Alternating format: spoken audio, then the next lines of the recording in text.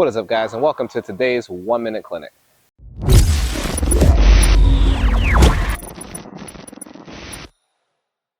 And before we get started, guys, don't forget to like and subscribe so that we can continue to put out great content as well as work on these collaboration videos with other channels. And also don't forget, if you want your question answered and turned into a 1-minute clinic video, comment your questions down below. I get to every single one. Now, today's question comes from Robert Lee 7237. This was a fun one. I liked the way it was worded. My backhand slice is pretty good on the routine easy shots. It breaks down on those stinking high balls. I can't seem to master, especially if the high ball has tons of spin.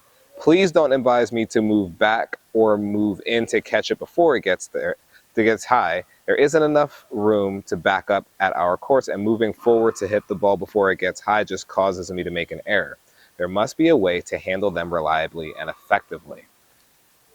I like that he was like, don't you dare tell me to do the thing that makes the most sense. But, you know, to be fair, there are shots that people hit when you literally don't have time to back up, or there are court limitations, like this person said. For whatever reason, their court might not have enough space to back up. So let's get 1 minute on the clock and address this issue in today's 1-minute clinic. Now, assuming that we're going to take the backhand slice high for whatever reason, whether it's we don't have any space to move or the ball's just coming at us too fast, you actually have two options, which I'm going to cover.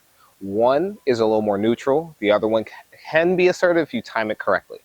All it is one will be feeling more like a volley, where your racket's already waiting at that contact, but again, we're taking it high over the shoulder. And the other one, you're going to have a full action.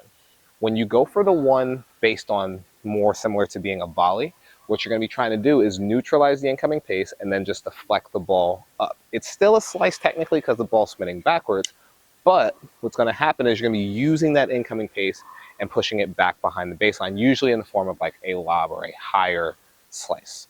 You've seen people do this when they're doing the warm-up for overheads. So one person's hitting overheads and then the ball's bouncing high, and you'll see them going like that and going like that.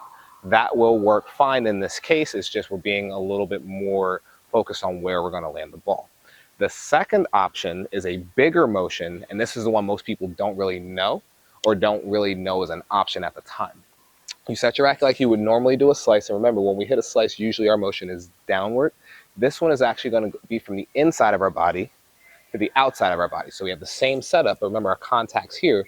We're not going to go up and try and drag it down. We're actually going to go here and go from the inside out and actually create a little bit of side spin on the ball. So now that I've kind of explained what the shots are and what their purpose are, now I'll show you how to do it, because I'll set the ball machine up and I'll shoot it from behind. So switching it to this angle here, I'm going to demonstrate both. The first one I'm going to do is the high defensive one. Remember, when you set it, you're just going to set it like a volley position and you're just going to deflect it upward. This would be similar to if somebody was hitting overheads at you, for example, where there's not enough time to back up and you're just deflecting and keeping that pace in. I'm going to, for the sake of the exercise, not back up any further than here, just assuming like there's a fence that's close to me or I just wasn't given enough time. And I'll demonstrate both of them in this exercise. So I'll just wait here. You can see the ball bouncing up way over my head. This is where I'm taking it. So if I take that ball waiting in this position and I just do the volleying motion, I'm able to deflect that incoming pace and get it pretty deep in the court. Those are all landing just inside the baseline. Oop, mishit that one. Again, those are all landing inside the baseline except for that terrible one. And I'm neutralizing the point. So if I was running backwards and I really had nothing left, that would work. Now the other one, which I'm sure you guys are dying to see, you set the racket on the inside of your body and then you drag it outward. And then you're able to create side spin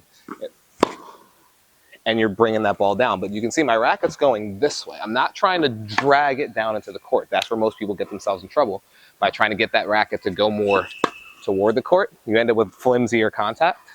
You set it here, get in position, and then you bring it from here to the ball and then around. One more time.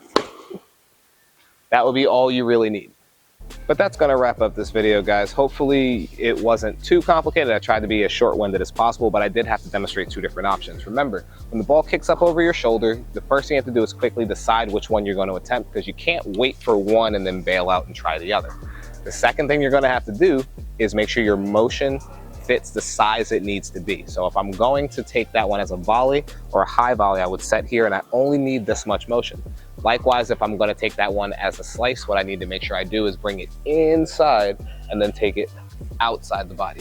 Don't go from here and then try to pull the ball down. That's where most people make their mistake. Bring it here, take it out. So as simple as it seems, it does take practice. Make sure you get out on the court and work on one at a time, and then comment down below, let me know if it worked. There are other options that I could have gotten into, but these are the two that I feel like the easiest to apply to your game in a short amount of time. But that's gonna wrap it up. Until next time, I'll see you guys in our next 1 Minute Clinic.